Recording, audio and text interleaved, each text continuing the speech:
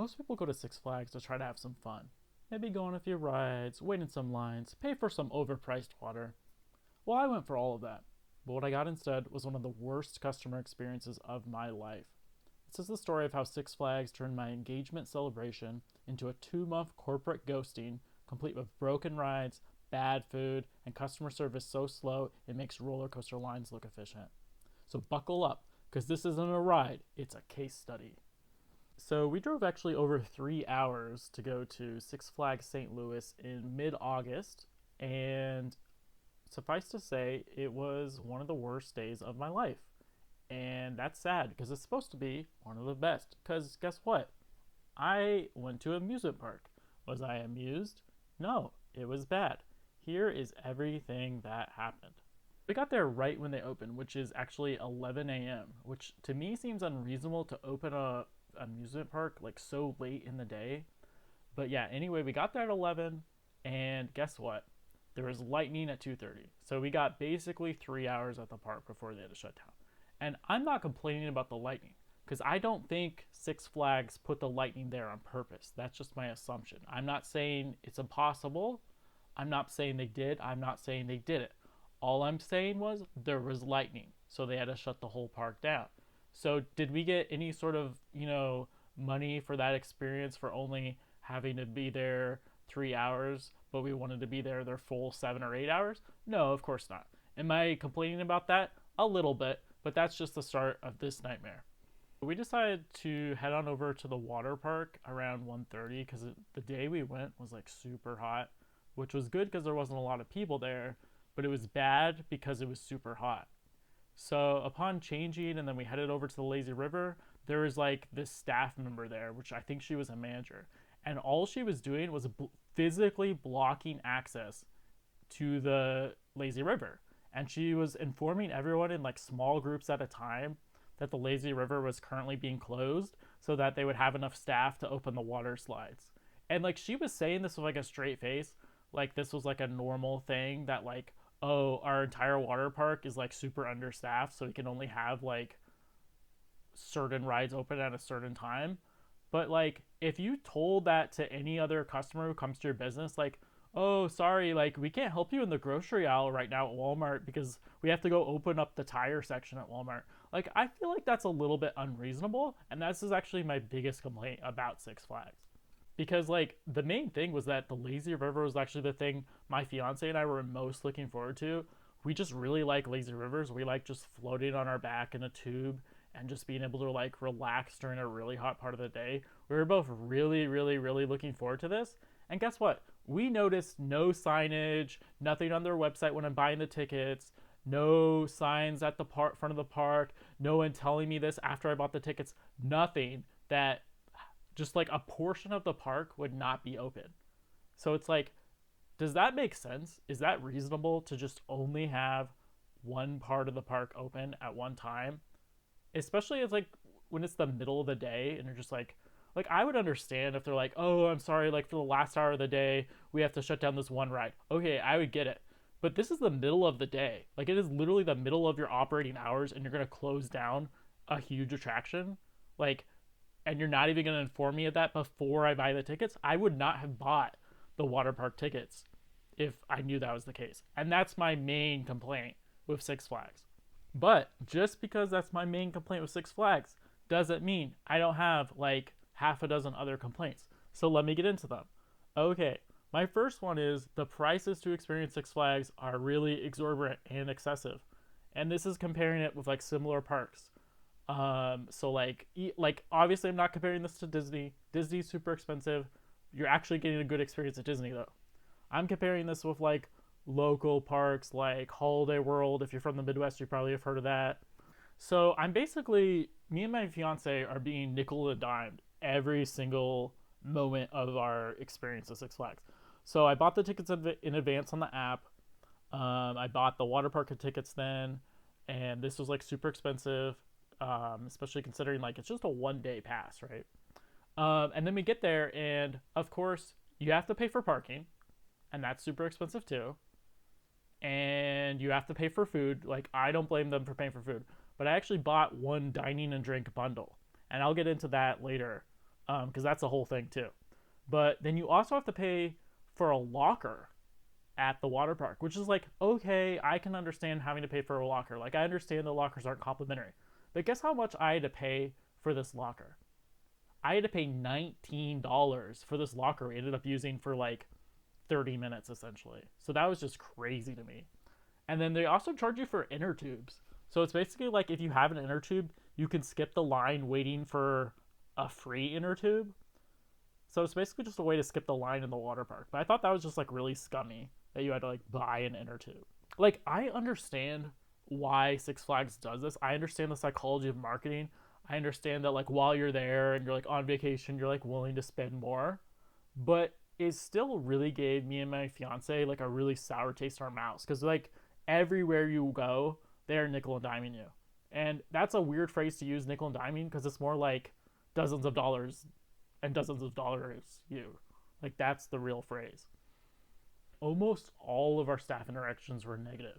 There was like a couple staff members who seemed to enjoy their jobs. They were kind, they were friendly, they had a smile on their face, whatever. And I'm not saying every single employee needs to have a smile on their face, but it'd be nice if like the employees didn't have like a total frown or like a look of disgust on their face. Like, that would be probably nice, I would say. So anyway, here's some specific staff interactions that we had. So after the park was like closed because of lightning, my fiance went up to a staff member and asked if she knew roughly when the park would reopen. And the staff member looked at her and she said, "Check your phone." And I was like, "What?" Like, okay, that's really helpful. So yeah, let me just check my phone and like look at the weather app, and that'll help me out. Anyway, spoiler alert: they ended up not opening the park back up at all for like the rest of the 4 potential hours they could have, which is kind of to be expected because everyone just started going home after they closed it. Anyway, here's another one. So there was a very young staff member at a roller coaster, and he was probably like 15. He was like really short. You could tell he was in high school. My best guess, he was 15 or 16. Anyway, we had just gotten into the roller coaster seats when another staff member who seemed to be like in her 20s came over, and she started publicly reprimanding this kid in front of us while we're like on the roller coaster ride. So I'm thinking like, did he mess up on like a safety procedure for the roller coaster?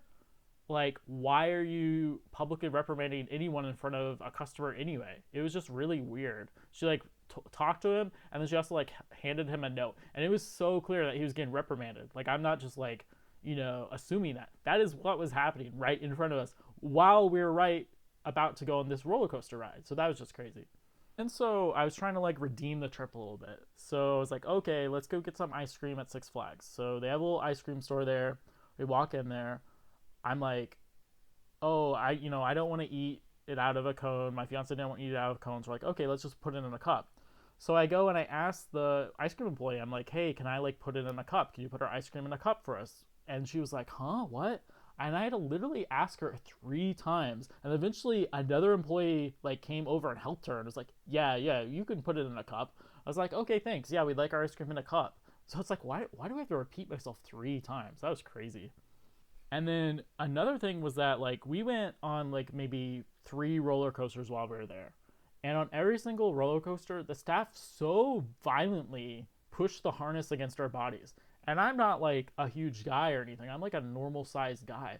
So it's like I'm like just, fitting into the seat just fine. But they're like smashing that harness as hard and as violently as they can because they're only concerned about doing it quickly. They're not concerned about doing it like gently or correctly or anything but efficiently. Like, all they care about is just like, oh, I gotta get this roller coaster on the track. And guess what? It wasn't even that busy of a day. So like they did not have like to be that urgent with it. So I thought that was crazy. The next major complaint I have about Six Flags is their water is nasty. And like I said, this is a very hot day. So me and my fiance like have this like free cup that I purchased basically.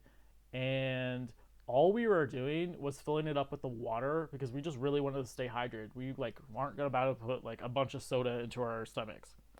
So basically we're going and filling it up at various places around the park, and every single time the water tastes like super plasticky slash papery. And I just could not understand it. It's like, where are they getting their water from? We're in a major city. We're in St. Louis. Like, we're in a suburb of St. Louis. But like, why does the water taste like we're like getting well water out of the outskirts of Nebraska? Like, why did it taste like that? I don't get it. But here's my theory. They try to sell Dasani bottled water everywhere around the park. And guess how much that is? It's $5.50 for a regular sized water bottle of Dasani. And I think why their water is so nasty is because they've noticed, like, oh, people will buy bottled water because they don't want to drink it out of the water fountains because it's so nasty. So, I mean, we even saw a literal ad on a TV screen outside just advertising Dasani on a loop. And I'm like, what in the world? A thing about this Six Flags park is there is very few, if any, like indoor attractions. So I've been to other parks. I've been to like Holiday World. I've been to Disney. And the nice thing about those places is if there's like lightning, if there's rain, there's a ton of stuff indoors that you can do. Not at Six Flags. Six Flags is pretty much exclusively an outdoor park. So if there's like a tiny bit of rain, if there's lightning 50 miles away, you might as well just go home because they will shut down that park and there will be nothing you can do other than like buy food and buy ice cream and walk through the parking lot to go in your car and go home. Like that is all they have there. Okay, now I'm going to rant about the dining and drink bundle. So I purchased this in advance with my ticket.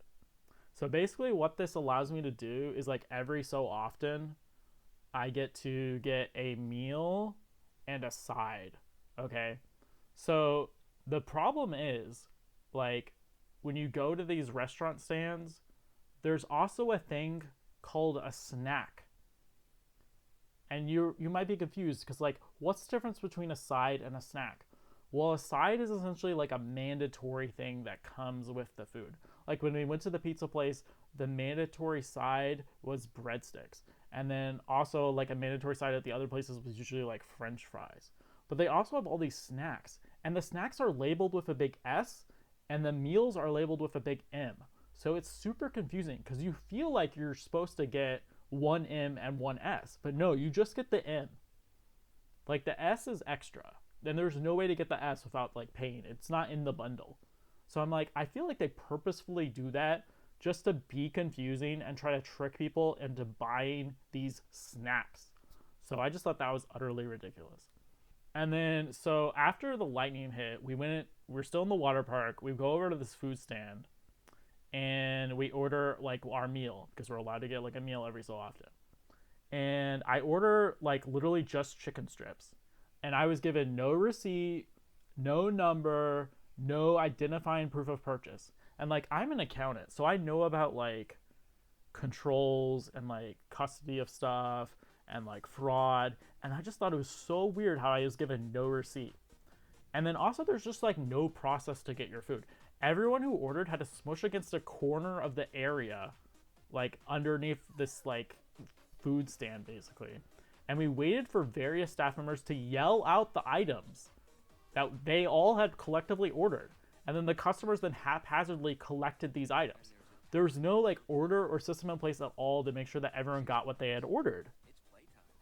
So we went physically closer to the register after like 15 minutes of waiting for these chicken strips. And then a staff member asked what we had ordered. And then I'm like, yeah, we ordered chicken strips. And then so we had to wait a couple of minutes and then she handed us chicken strips. And it's like their system for like handling orders is just like asking the customer twice what they ordered. Like I did not understand it. And I'm thinking like I would understand this if this Six Flags had opened last month or even last week or something. But this Six Flags has been there for like decades. So like how do you not have a system for food ordering yet? How do you not have a system in place? How is there no manager that's like heard of this or watched this or seen this or gotten a complaint about this and decided to fix it? Am I the first one in history to complain about this system? And what makes this worse is I actually went to the Six Flags in Chicago. I think it's called Six Flags Great America, like a couple of years ago. And I had the exact same experience. I had pre-ordered my food on the app. And then I actually went to the restaurant like 30 minutes later. And like, I was expecting my food to just be there. No, I had to like go up to someone and like tell them what my order was. And then they made my order. So it's like, there was no point in pre-ordering on the app. It was just absolutely pointless. So it's like, how do they not have any system? Like, how do, like, every single other fast food restaurant in the world has a system to like make sure that the orders that get ordered get produced and given to the customer that ordered them. But Six Flags is just like, nah, whatever. Who cares? So, like I said earlier, we purchased some ice cream at a store, and the nearest area to sit was an outside area with like metal, harsh picnic tables with a little bit of shade cover. But the whole place reeked of like really strong garbage that we immediately noticed upon sitting down. And we had nowhere else to sit, like in sight. So we just endured it, but it ruined our experience. And like we didn't even want to like finish our whole ice cream cone because of this nasty smell that was just covering the entire area where we're allowed to sit. So after that ice cream experience, we're just like, okay, we've had enough. It's like in the afternoon. We're just gonna leave the park. So they have an entire area right outside the park for guest relations. And yeah, people were using it because like people are upset, and like I'm not surprised that like I bet like a tenth of the people that go to this park like go to that stand to complain afterwards. So yeah, we went, and basically I just complained about the water park situation. How like we wanted these tickets to go to the lazy river, and that ride was shut down. And that was just so unreasonable to shut it down because of understaffing. And there was like a nice older gentleman there who was talking to us about it, and he was basically just like, he was like so resigned about the situation. He was like, yeah, the water park's always understaffed, they can't get enough lifeguards, so you just got to contact corporate. So guess what, I contacted corporate. I got a card with a corporate email on it, and I decided to contact corporate. A couple days after this bad experience, I sent this whole long email to corporate basically talking about everything I had just ranted about to you guys. And guess what? I have not heard back from them in any concrete manner for the past 2 months. This situation was in August. It was 2 months ago. I have gotten a short little email that said like, thank you for bringing this to our attention. And I've basically every 2 weeks been chatting on their online support, and every single time there's just like, it's basically like an AI kind of person who's talking to me because it's like very formulaic responses. They're basically just saying like, oh, thank you for your patience, we'll get back to you shortly, you are a high priority for us. So yeah, so I got an email back from them on August 18th that they just said like, thanks, we received your note, we'll respond to it quickly. 10 days later on August 28th, I got another email where they said they forwarded it to their park operations leadership team, and they've also informed them of my request for a refund, and they'll reach out to me. Guess what? They didn't reach out to me. My next email that I got from them was on September 10th, where they said my entire email message has been escalated to the Six Flags St. Louis Park Management for review, and they're coaching their respective teams, and they appreciate the time it took for me to share my experience with them so that corrections could be made. And the lady said, thank you, feel free to contact me at this email address if you have any additional questions or need further assistance. So that was from a lady named Dawn, who is an admissions and guest relations managerial supervisor in Six Flags St. Louis. Well, Dawn decided to just ghost me from that point forward. She never sent me another email. She has just completely ignored me. So on September 16th, I got back on the chat and I asked them for a response. On September 24th, I got back on the chat, asked them for a response. On October 6th, I did the same thing. And I also did the same thing on October 20th. And every single time, they have basically just ignored me and said, please be patient. We will get back to you soon. This is a high priority for us.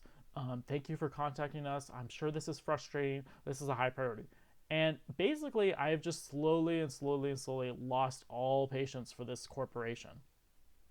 And like, let's really just take a second to think about the fact that it's been 2 months. Like, 2 whole months that they are like apparently just like staring at my email being like, "Ooh, what do we do? Do we give them a refund? Do we not give them a refund? What do we do?" It's like, how does that decision take 2 months? Like, there is no way that there is like 1,000 complaints ahead of me, and like there's someone's job is just to look over all the complaints to decide yes or no, what are we gonna do. And like, even if there was 1,000 cases ahead of me, they probably still could have got through that thousands of cases in this past 2 months. So like, what is there? Is there like 3,000 cases ahead of me? Like, what is actually going on in the background here? What does Six Flags not want to tell me? I think what's going on is they're never going to give me a refund. I will make an update video if they ever do, but I'm 99% sure I'm never getting my money back. Like, I'm 99% sure they just provided me a terrible experience, didn't have the rides they said they were going to have open, everything I already listed, and that's just like, oh, so sorry. And it's just terrible customer service. The worst thing is I probably would have gone back if they refunded me. Like, I probably would have taken my fiance. I probably would have like gone on more trips with my friends. Probably would have like eventually taken my future family to Six Flags eventually, because I like amusement parks a lot. But now, because of this situation, not only am I personally never going to go to Six Flags for the rest of my life, but I've made this video like roasting Six Flags a little bit. And I'm never going to go with my friends. I'm never going to recommend it to anyone. If anyone brings up Six Flags to me, I'm going to say, hey, let me tell you about my terrible experience in August 2025. So, like, I don't know what their strategy is for corporate relations, but it's bad. And if any Six Flags employee is like watching this video, this dumb video I made in an afternoon, I just want you to know, like, your strategy is terrible. You need to rethink this whole thing. Because, like, if I had money to bet, I would bet that your company is not going to be around in 15 years. Like, I give you guys 15 years until Six Flags is just like bankrupt. Because I think it's already heading that way. Like, gone are the days where people just go to an amusement park and just like have a really good time and it doesn't cost an arm and a leg. Like, and Six Flags is on that tip of the spear. Like, they are the ones that are going to fall off first. They're going to be the first amusement park company to go bankrupt, because I think it's just heading that direction. Like, how do you not have any customer service at all?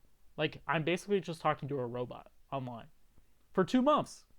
So anyway, thank you guys for listening. If you guys have any Six Flags stories you want to share in the chat, please put them in there. I will read them and I will not be surprised.